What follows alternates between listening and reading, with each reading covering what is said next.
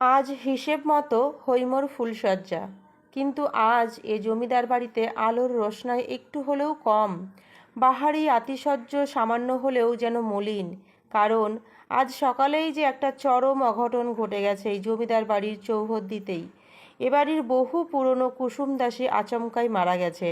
বুড়িটা নাকি চোখ উল্টে মরে পড়েছিল এ বাড়ির বাগানেই। যদিও জমিদার বাড়িতে এমন ঝি চাকর ডজন ডজন থাকে, তবু মৃত্যু তো মৃত্যুই হয়। তাই বুড়ির মৃত্যুতে একটু কালো ছায়া তো সব কিছুতেই পড়েছে। আড়ালে আবডালে কেউ কেউ তো নতুন বউকে নিয়ে ফিসফাসও শুরু করেছে। বলছে বউ নাকি খুবই কুলক্ষণা, না হলে বিয়ে হতে না হতেই বাড়িতে এমন একখানা কাণ্ড কখনো ঘটে। হ্যাঁ, সে দাসী তা ঠিক, কিন্তু তা বলে এত পুরনো একজন লোক দপ করে মরে গেল কোনো রোগ বালাই ছাড়াই? এ তো ঠিক ভালো কথা নয়। এমন ধরনের ফিসফাস কিছু কিছু হৈমবতীর কানেও এসেছে, আর যতবারই এসব কথা সে শুনেছে ততবারই অপমানে তার বুক মুচড়ে উঠেছে। শেষ অবধি কিনা এও কপালে ছিল অপয়া মেয়ের তকমা পাওয়া। হৈম লক্ষ্য করেছে এবাড়ির গুরুজনদের চোখে মুখে বিরক্তির ভাঁজ পড়ছে ওকে দেখলেই। কে জানে তারাও ওকে সত্যি সত্যি অপয়া ভাবছে কিনা। কিন্তু সত্যি যদি এমন কিছু ধারণা হয় তাদের, তাহলে তো ঘোর বিপদ। যদি সকলে মিলে তাড়িয়ে দেয় হৈমকে, তাহলে কি হবে? ওর বাপ মা তো স্বামী পরিত্যক্তা এই মেয়েকে আর ভুল করেও ঘরে জায়গা দেবে না। তারা বলবেন অপয়া বউয়ের বদনাম নিয়ে যে মেয়ে স্বামীর ঘর খুইয়ে বসে, তেমন মেয়েকে ঘরে তুললে তো সকলে ঘোষ পরিবারকে এক ঘরে করবে, তাদের বাকি মেয়েদের বিয়ে থা হবে না। এসব নানা যুক্তিতে হৈমকে দূর দূর করে তাড়িয়ে দেবে ওর নিজের বাপ মাই। তখন কি করবে হৈমবতী? ওর যে আর যাবার মতো কোনো জায়গাই নেই। চোখ দিয়ে দুফোঁটা জল গড়িয়ে পড়ল ওর। নিজেকে কি ভীষণ যে অসহায় লাগছে ওর। না, কোনোভাবেই এ বাড়ি ছেড়ে যাওয়া চলবে না। এরা তাড়িয়ে দিলে না হয় সকলের পায়ে পড়ে কাঁদবে হৈম, বউ হয়ে না হলেও দাসী হয়ে এক কোনায় না হয় পড়ে থাকার আর্জি জানাবে। তাতেও কি গলবে না সকলের মন? হৈমবতীকে দাসী হিসেবে মেনে নিতেও কি রাজি হবে না কেউ? খুট করে একটা শব্দ হলো, মনে হয় দরজা খোলার শব্দ। অল্প কেঁপে উঠল হৈম। ফুলের সাজে সেজে সুবৃহৎ পালঙ্কের উপর বসে রয়েছে সে।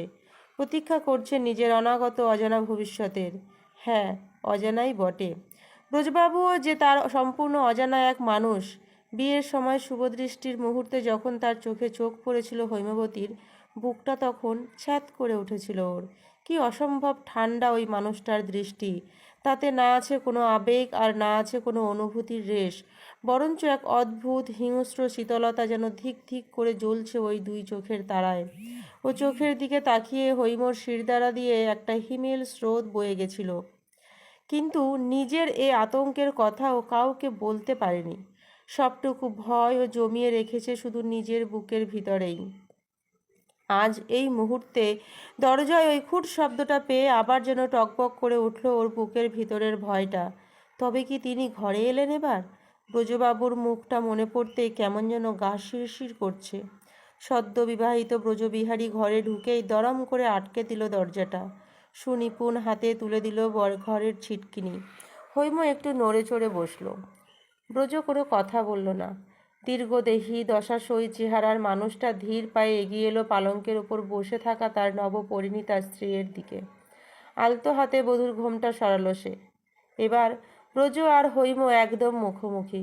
হৈমাবতী জোর করে অল্প হাসার চেষ্টা করল, কিন্তু ব্রজবিহারী হাসল না। সে স্থির চোখে তাকিয়ে রইল হৈমর দিকে, যেন চোখ দিয়েই নিজের সদ্য বিবাহিত স্ত্রীর অপরূপ সৌন্দর্যের সবটুকু রূপ সুধা পান করে নিতে চাইছে সে। কতক্ষণ বা কত মুহূর্ত ব্রজবিহারী এভাবে হৈমবতীর দিকে তাকিয়েছিল সেটা হৈম নিজেও বুঝতে পারছিল না। শুধু বুকের ভিতর একটা মারাত্মক অস্বস্তি তোলপাড় করছিল ওর। এ কি, উনি এমন কেন করছেন? তবে কি এই কানাকানিতে ওদের গায়ে সবাই যা বলতো সেটাই ঠিক? ব্রজবাবুর কি তবে সত্যি মাথার দোষ আছে?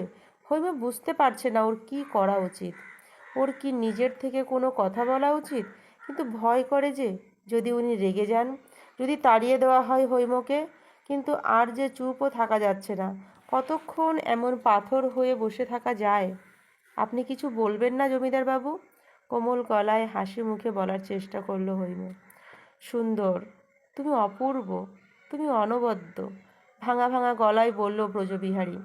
এবার হালকা ভালো লাগা জড়িয়ে ধরল হৈমকে। এতদিন সে নিজের রূপের প্রশংসা বহু মানুষের থেকে শুনে এসেছে, কিন্তু আজ তার স্বামী তার রূপের তারিফ করছেন। এর চেয়ে বড় আনন্দ আর কি হতে পারে? সব মেয়েই তো চায় স্বামীর মুখে নিজের প্রশংসা শুনতে। ব্রজবিহারী এবার পালঙ্ক ছেড়ে উঠে দাঁড়ালো। একটু দূরে রাখা সেতারটা এবার নিয়ে এলো সে। সেতারে সুরের মূর্ছনা তুলেছে ব্রজবিহারী। কি অপূর্ব সে সুর, যেন এক অপার